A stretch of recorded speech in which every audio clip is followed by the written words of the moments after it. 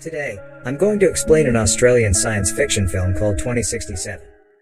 The premise of the movie is set in 2067, when the world has been destroyed beyond rehabilitation because of climate change. All plant life has been extinct. With the lack of plant life, the amount of oxygen in the air has decreased exponentially. People have to buy artificial oxygen to survive. 99% of the world has gone dark. People suffocate to death. In such conditions, only one city in Australia has survived, and it is all thanks to a company called the Chronocorp Corporation that manufactures synthetic oxygen. However, artificial oxygen causes a fatal disease called the sickness over time. Humankind has mere years before it goes fully extinct. Ethan White is a resident of the Australian city. He and his friend, Jude, work as mechanics in the Chronocorp Corporation. The corporation is also working day and night to find a cure for the sickness and a way to save the world. Ethan's wife, Xanthi, also has the sickness. Ethan works hard day and night to earn and buy her better oxygen. One day, as Ethan and Jude work in the tunnel, the Chronocorp CTO of Particle Research, Regina Jackson, summons them to her office. There, she introduces herself to the two, and tells them that humanity is going to die in a few years if the conditions do not change.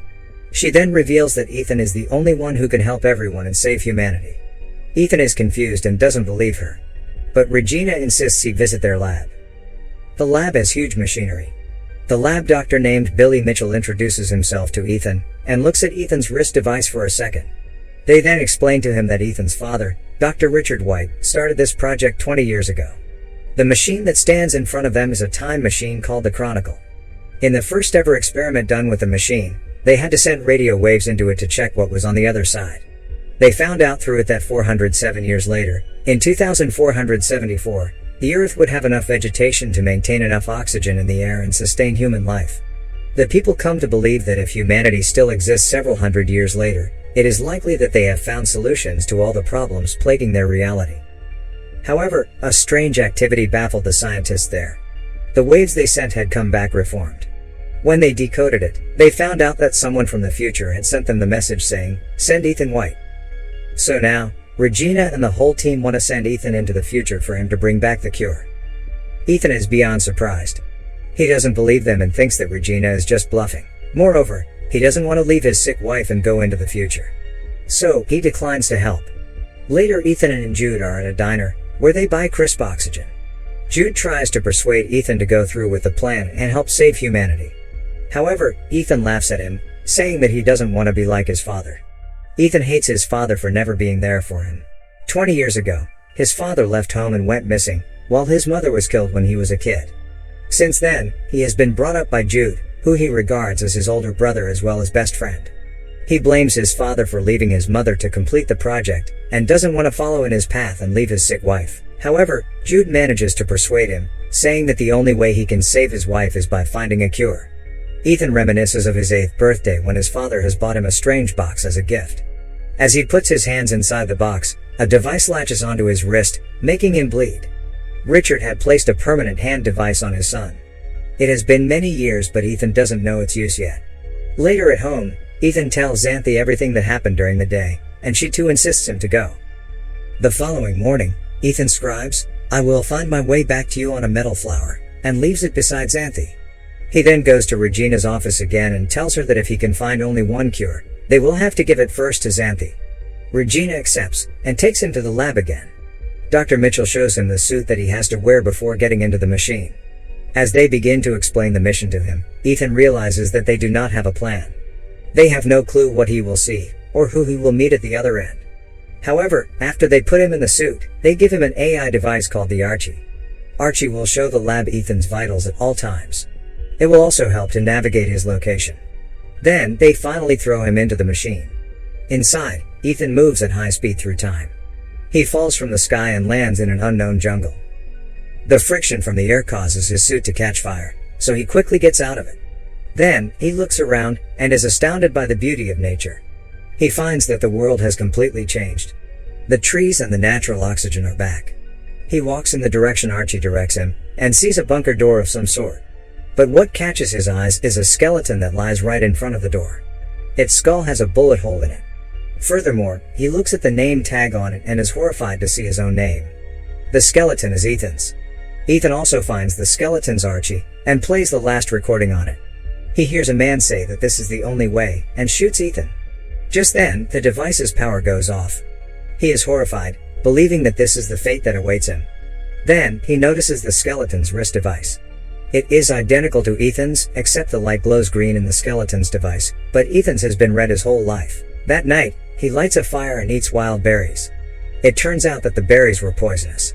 Ethan vomits and starts to go unconscious. Ethan wakes up after a while, and is surprised to see Jude in front of him. As it turns out, the lab saw Ethan's vitals dropping and assumed he was having a reaction to poison. So, they quickly sent Jude to the future, with the cure to save him. Sometime later, Ethan and Jude find that his skeleton remains there, which means his fate hasn't changed. They then use Archie to find another door. Some device scans Ethan's eye and grants them access. When they go in, a monitor welcomes him. It asks him for a DNA sample. When he accepts it, his wrist device begins to work, making him bleed. After the blood test, it goes green. The lights to the room turn on and they realize that they are in Chronocorp's lab, 407 years later. The time machine is in front of them too. Jude gets excited because now they have the means to go back to the past, but Ethan doesn't think so, saying they haven't changed anything, and he will end up dead, just like the dead Ethan. Ethan checks the system log and finds a holographic recording made by his father, who explains that the time machine was originally designed to collect the oxygen data in the future planet, and then transmit it back to the past. However, when his father first started the time machine, he received a message asking him to send his son to the future. Despite his misgivings, he chose to do so and made a DNA verification here for Ethan. Soon, Ethan and Jude realize that the time machine won't be able to take them back because its battery has almost depleted after 407 years. What's worse is that the activation of the lab triggers a malfunction in its nuclear power core, threatening to unleash a nuclear explosion in just 4 hours. This means they have to find a way to fix the time machine and travel back before the explosion. Running out of time, they have to act quickly. Outside, they are surprised to find a ruined city covered with green plants, but inhabited with no humans, showing that Earth starts to recover itself after human extinction. Human skeletons are scattered everywhere. Ethan gets to his wife's house, only to find her bones, making him fall into despair. Jude tries to persuade him to go back to the past, as the cure against the sickness doesn't seem to exist even in the future world. However, Jude's words make Ethan suspicious. He then turns on the rusty Archie to play the recording once again, from which he recognizes Jude's voice, and it seems Jude is exactly the one who shot him. Jude raises his gun at Ethan, strongly denying that he would shoot Ethan. Ethan finally decides to complete the mission first, so with joint efforts, they manage to repair the power core and then return to the lab. Now the Chronicle system works and they should be able to return to the past. They just need to wait 37 minutes till portal launch. Once the countdown reaches 0, the portal will tether to 2067 for approximately 30 seconds. However, Ethan still finds his body remains behind a door at the same location, which implies that they haven't made any changes to the future. In order to figure out the truth, Ethan pulls out the battery of his current Archie and puts it onto the rusty one. In that way, he gets access to another video, in which Ethan is assured that his future self will be killed by Jude. Jude then confesses that there is no hope of changing the future and he is trying to protect Ethan. Finding it hard to believe, Ethan locks his brother up in a room, then plays back his father's holographic log from the day he died. He soon discovers a conversation between the Chronocorp's CTO, Regina Jackson, and his father. It's shown that Ethan's father wanted to use the time machine to save all mankind by finding the cure, but the CTO only intended to use the machine to flee from the dying time with some chosen few. However, whichever plan they choose, someone must travel into the future and turn on the time machine. To safely send living matter through time, it requires an operational link from both sides. In order to stop the CTO with her plan, his father locks the time machine and sets Ethan's DNA as the verification key. In anger at what Ethan's father just did, the CTO killed him immediately. She then orders Jude to kill Ethan's mother and be a guardian to him, so one day they can use Ethan's wristband to get access to the future. Ethan is beyond surprised.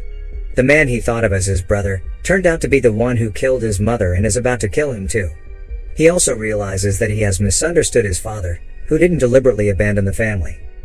Knowing that Regina wants to bring a chosen few into the future, Ethan tries to shut the time machine down, but Jude rushes to stop Ethan and reveals that he's tasked here by the CTO to ensure that Ethan is sent in time to repair the power failure.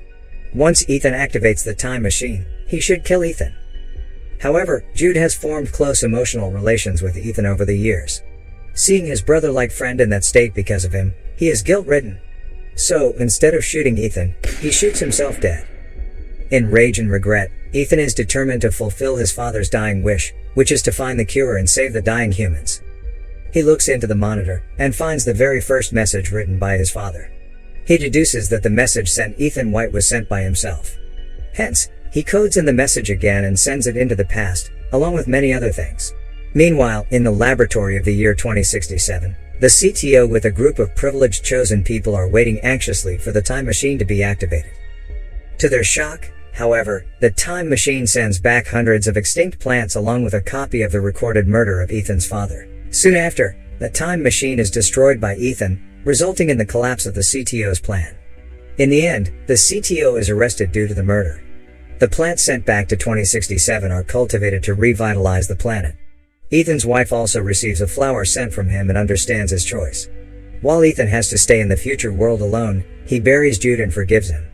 A butterfly catches his attention, and leads him again to the same entrance, where Ethan is happy to notice that the corpse of his future self is gone. He rushes to take a look at the world outside, and feels relieved to see a futuristic eco-friendly city, in contrast to the deserted one from earlier. His decision had changed the future of mankind.